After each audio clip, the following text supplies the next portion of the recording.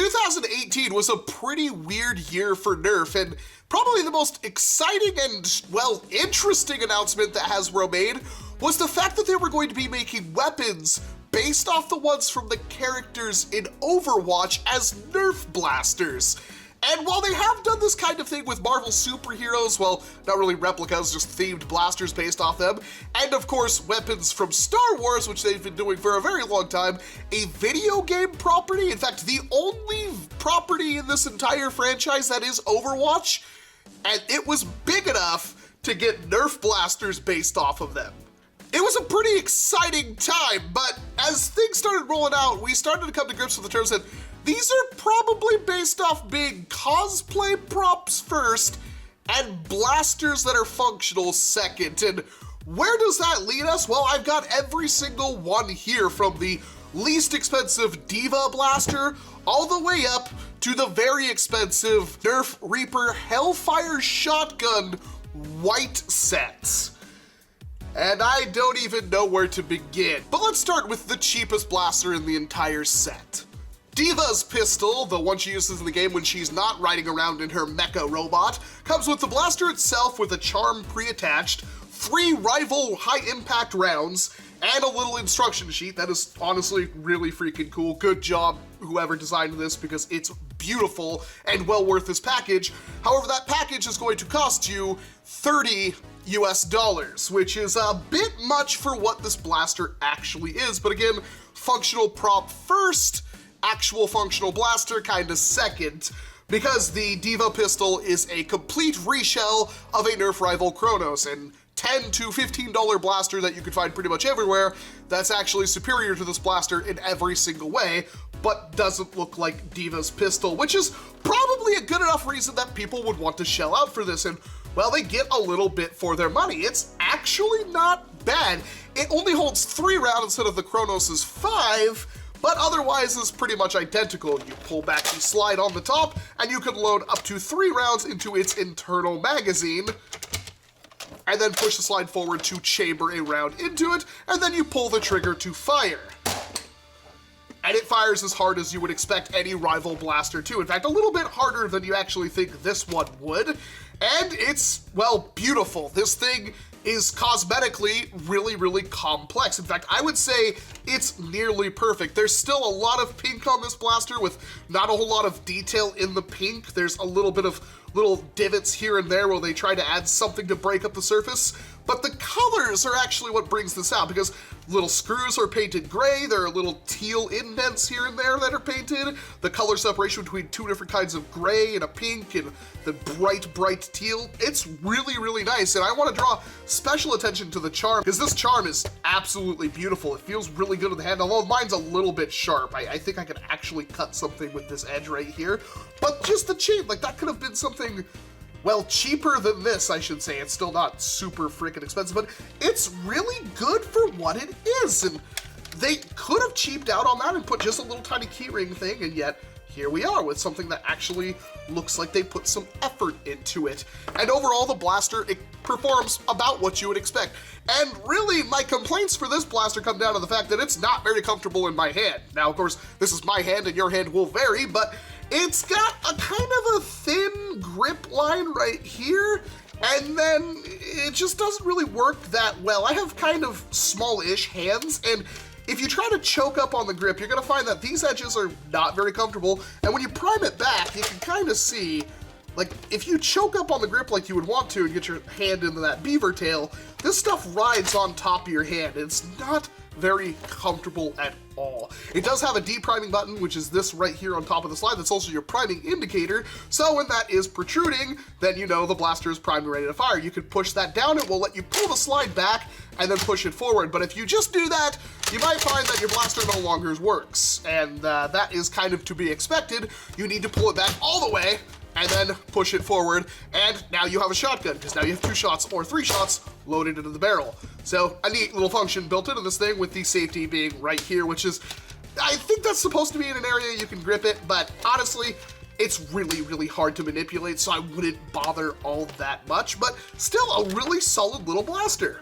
Up next is McCree's Revolver, and they tried really hard to get just about every line on this blaster identical to the one from the game, which makes it probably the most interesting of all the blasters because it's very well detailed for what it is, although the paint application is almost non-existent. Almost every piece is just a separate molded colored part, but it is really visually interesting, and it's a revolver, so a lot of people were really excited for this one. And well, as you probably already know, while it is a revolver in the game, a 6-shooter, and this does come with 6 NERF Rival rounds, and it should be noted that the Rival rounds not only say NERF on them, but they have the Overwatch logo on the other side, which is a shockingly nice touch. A lot of people are gonna cry foul about this one. It does come with some other stuff to make it worth its $40 price tag, including a nice little metal badge with a plastic clip on the back of it that is, well, the one that McCree wears, and then of course this same kind of a silhouette of McCree's face, which is the icon for when you choose him in the game, and it's the instruction sheet as you would expect, just like the Diva blaster. Now, shockingly, the Overwatch McCree blaster is huge. It is absolutely a massive hand cannon for what this thing actually is, and that's, again, a single-shot revolver, but the way it works is really not only visually interesting, but mechanically interesting, because the top front sight is actually a prime, and when you prime it back, the cylinder shoots out to the side a little bit, and you could load a single Rival round. Actually, you could throw 3 there if you want. I found it doesn't like to have 3, but you can double shot it if you want to. It will shoot 2 at once, no problem whatsoever, but then you pull the sight back forward, it will close the chamber, and it will be ready to fire. You have a depriming button on the bottom, which also acts as your priming indicator, so when that is protruding, your blaster is loaded, and the safety is this little switch down here at the bottom. Then you've got a little hammer back here, which got cocked back when you primed the blaster. When you pull the trigger, not only is that hammer going to push forward, but it's going to fire the dart, or in this case, the Rival round. And relatively hard, I should say. This thing, again, says about 90 FPS on the box, and it hits a little bit harder sometimes if it wants to. So, honestly, it's hard for me to judge this fairly. While it does have some neat little features, and I think this one has the best color separation and honestly the most work put into it than any other blaster in this list, because it's not a complete reshell of anything else we have. It is mechanically something that is brand new, and I really, really like having a breech-loaded pistol. While we have had that in kind of things like the Sharp Fire and Ion Fire, they didn't work nearly as fast reloading as this does, and I really, really like this.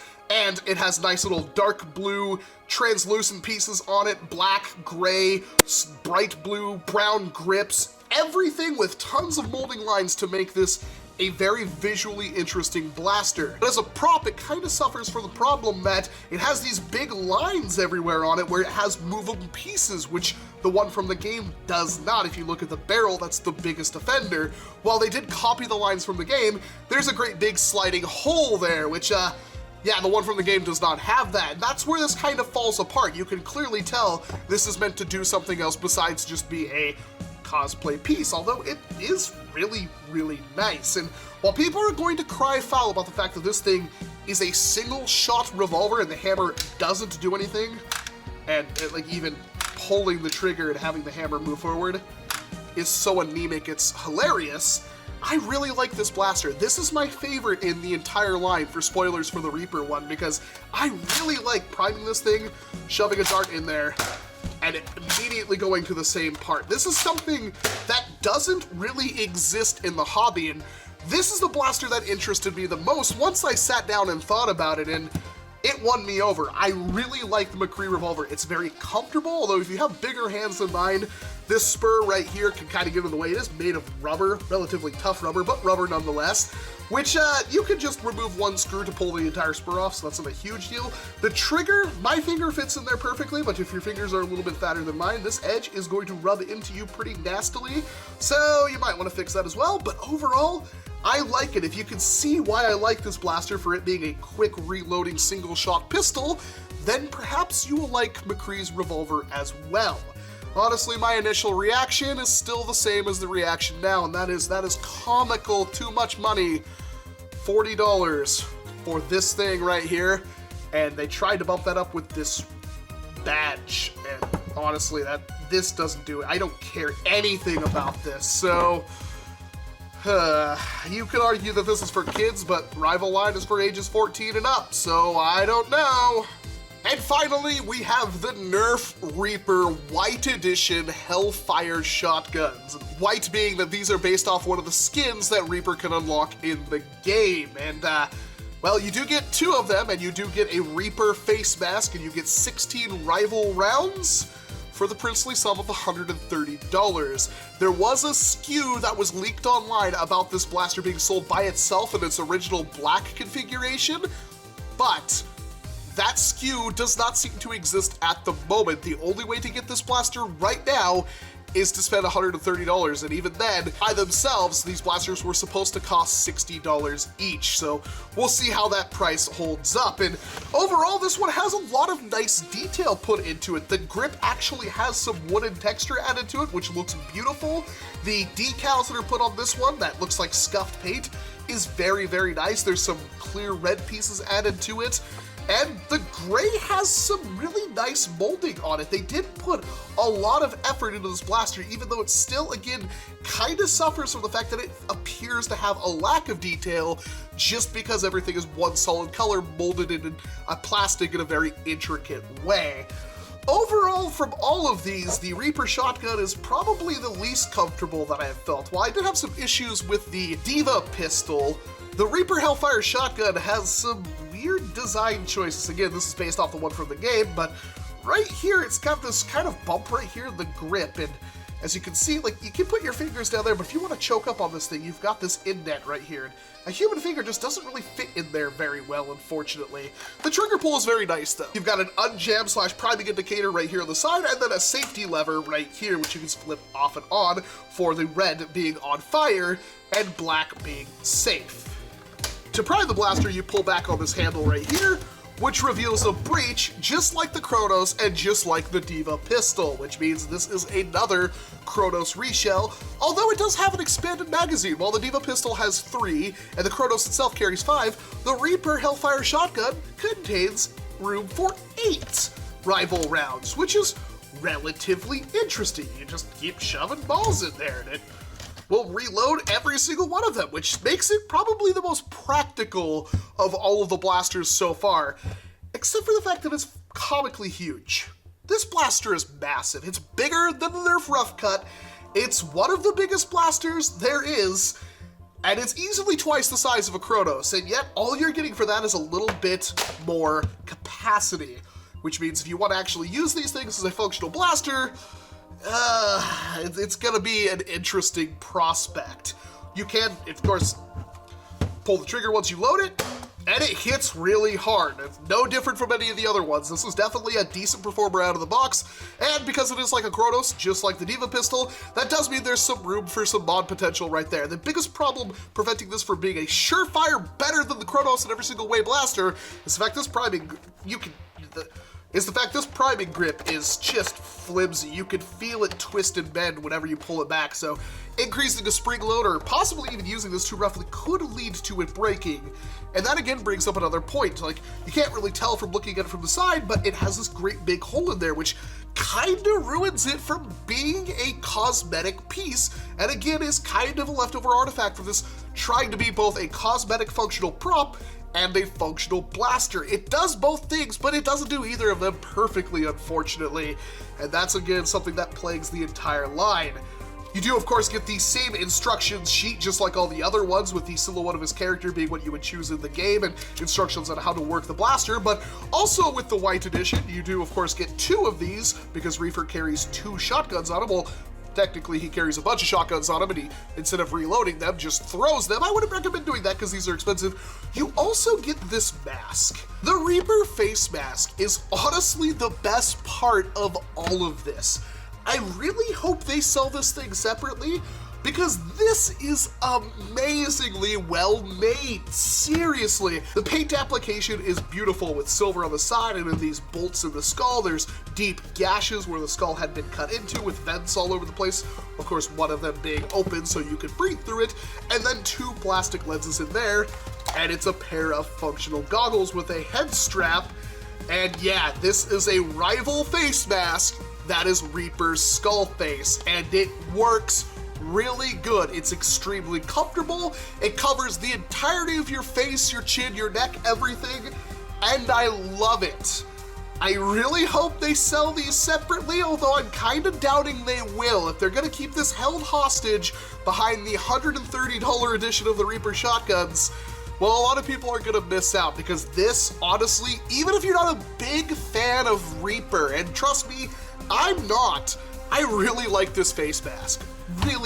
Really like this one. It's nice, rugged, it's a kind of bendable plastic, it's almost rubbery in a sense, and it covers every important part while looking visually striking and different. So complete thumbs up to the Reaper Rival face mask. This thing is absolutely awesome, and honestly might be worth investing into this set if you have the money to burn. Is the NERF Rival Overwatch line worth getting into? Well, in short, not really. Most of the blasters here are carbon clones of a blaster that you can get already for far cheaper that does the same thing and arguably does it way more effectively.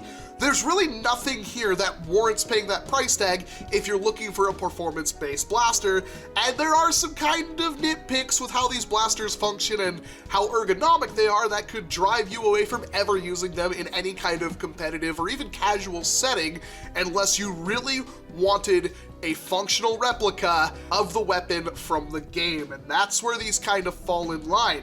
Do you want to have a Chronos that holds less ammunition but looks like Diva's pistol, even has a little recoiling function when you prime it and fire it, the back pops back? I mean, maybe. Do you want to spend $30 to do that? That's up to you to decide, and again, these are kind of inferior to the actual Chronos. The black sheep of the family, the McCree Revolver, is still a single-shot pistol.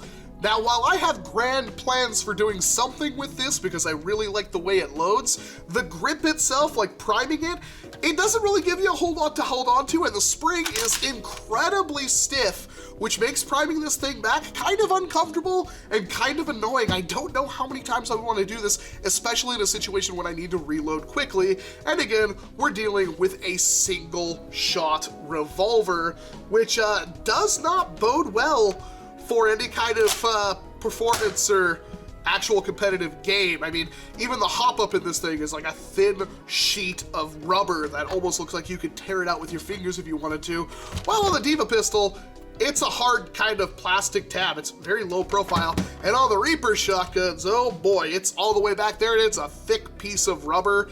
So yeah, I don't know. This one is, again, my favorite of the line, but I can totally understand why people don't like this, especially when it could have been a revolver. There's really no reason it couldn't have been a revolver. You could have had the internals in the grip like a double shot or something, but had it work like a Jolt just with a rotating turret in the front. I mean, Hasbro is capable of doing something like that, or heck, even a flywheel blaster would have worked for this, but they just didn't. But they're gonna charge you pretty expensive prices for it. And then the Reaper shotguns will by themselves, they're supposed to be $60, and I sure as heck don't think they're worth that. And then in this $130 set, while you do get the mask, and there's no other way to get that mask right now, and it is really comfortable and totally usable in a war, I don't know. I really don't know if this is gonna be worth it. It does look pretty good. It's not the most comfortable thing ever. If you kind of slouch your grip back like this, yeah, that will work perfectly fine. And the priming handle, while a little flimsy, is really comfortable. It doesn't really travel back all that far, but it works okay. It honestly does. I like this blaster, but it's physically massive. It wants to be a primary, and it's not. So unless you just want to have a massive Chronos on your leg holster, thigh holster, instead of just having a nice comfortable little pistol, sure, why not? Again, you're probably not buying these things to use them competitively, and then you have to ask yourself, is it worth paying $130 for a functional replica?